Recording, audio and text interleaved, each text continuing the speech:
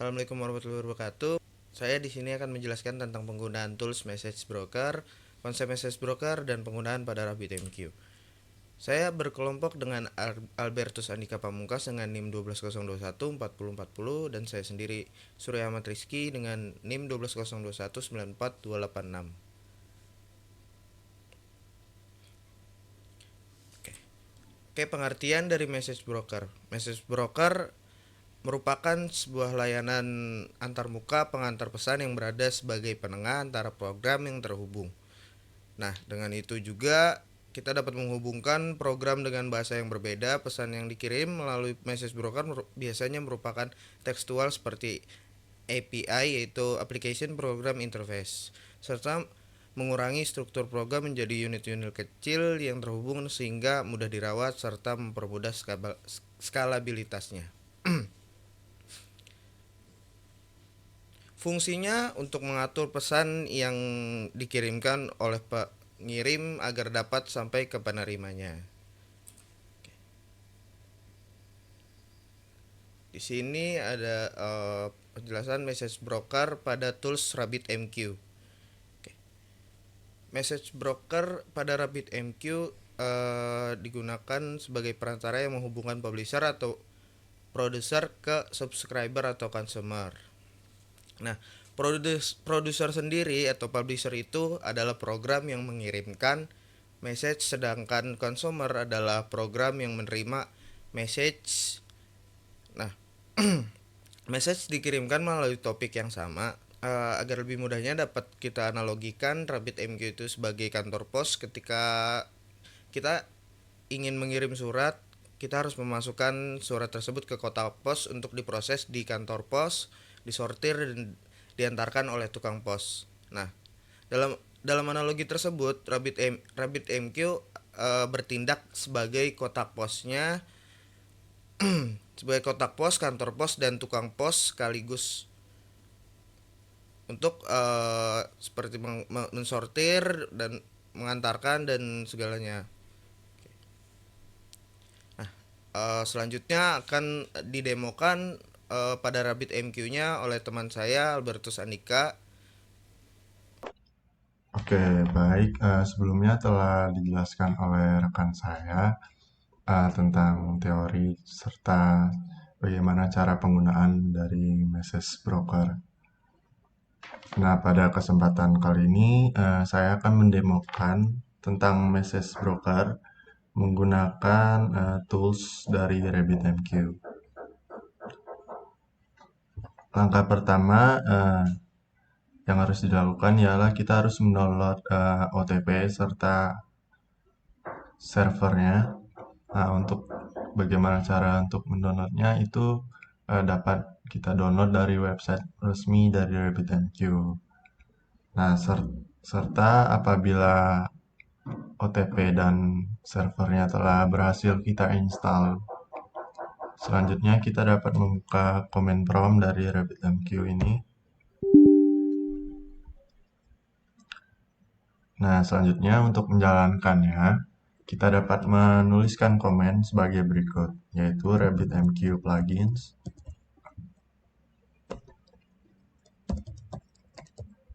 enable RabbitMQ management.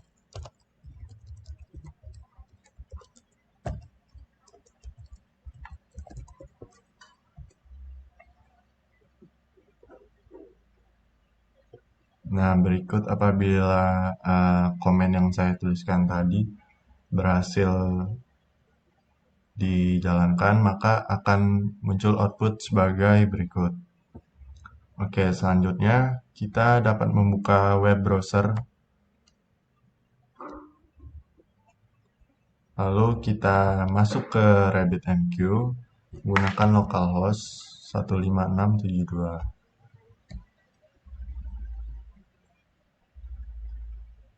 Nah, sebelumnya saya tadi telah mencoba untuk login. Mungkin agar lebih jelas kita lakukan logout terlebih dahulu. Nah, berikut halaman loginnya. Apabila berhasil masuk ke localhost tadi, maka kita akan diarahkan ke halaman login. Nah, untuk username serta passwordnya kita dapat isikan dengan guess.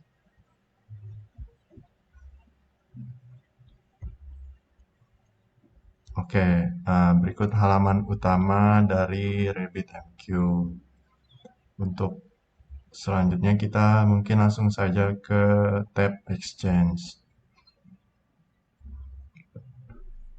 Nah, Exchange ini kita dapat buat salah satu contohnya mungkin kita isikan dengan nama pengirim. Lalu kita add exchange saja. Nah, apabila berhasil membuat exchange, maka akan muncul pada tabel di atas. Oke, selanjutnya kita beralih ke tab Queue. Nah, pada tab Queue ini sebagai tempat kemana pesan yang akan dikirim dari pengirim tadi tersampaikan. Untuk selanjutnya kita bikin saja add new queue. Untuk namanya kita isi dengan nama penerima. Lalu kita klik add queue.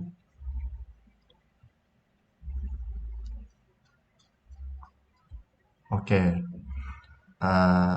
setelah berhasil kita lakukan add queue, maka akan muncul tabel yang berisi nama dari queue yang telah kita buat tadi, yaitu nama penerima serta status yaitu idle atau queue telah berjalan atau aktif.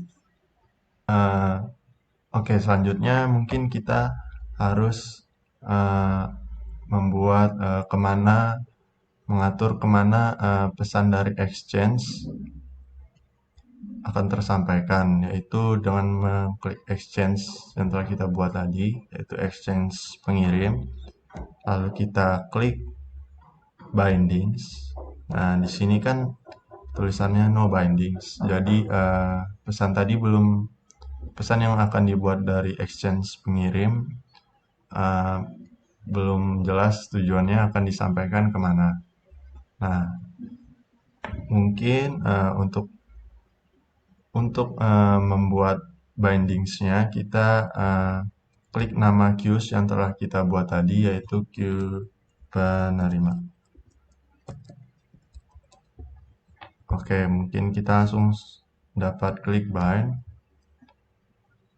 Nah, apabila telah berhasil membuat binding, maka akan muncul susunan di mana pesan yang disampaikan akan tersampaikan, yaitu ke queue penerima.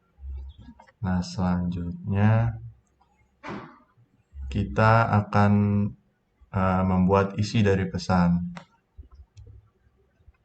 Nah, kita scroll ke bawah, maka akan ada tab Publish Message. Lalu pada tab ini terdapat pula section Pilot, yang dimana section ini kita isikan pesan apa yang akan kita sampaikan ke queues. Mungkin contoh pesannya aja EAI Message Broker. Oke, langsung saja kita klik Publish Message. Oke, message berhasil kita publish. Ini kita close saja. Nah, langkah selanjutnya kita beralih ke tab queue. Lalu kita klik queue penerima yang telah kita buat tadi. Nah, maka pada grafik ini dapat ditunjukkan total 1, yang mana pesan tadi berhasil dipublish. Nah, bagaimana cara kita untuk melihat isi dari pesan tadi? Caranya kita dapat scroll ke bawah, maka akan ada tab Get Message. Nah, Di sini kita klik aja button get message. Nah, lalu scroll ke bawah, nah maka akan muncul pilot yang mana berisi pesan dari exchange pengirim. Demikian demo aplikasi dari saya. Mungkin selanjutnya akan saya jelaskan kesimpulannya. RabbitMQ ini merupakan tools yang dapat digunakan untuk menjalankan message broker yang mana exchange dengan nama penerima yang saya buat tadi, dengan nama pengirim yang saya buat tadi sebagai pengirim isi dari pesan. Lalu apabila pesan itu gagal untuk dikirimkan, maka demikian peran Q, yaitu sebagai cara untuk menanggulangi kehilangannya pesan, sehingga apabila pesan gagal dikirim, Q akan menampung pesan tersebut sehingga pesan tidak terhapus secara otomatis.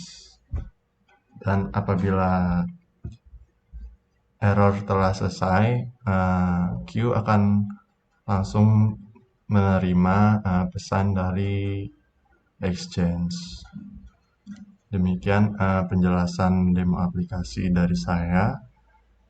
Saya Albertus Andika Pamungkas dan Surya Ahmad Rizky. Sekian dan terima kasih.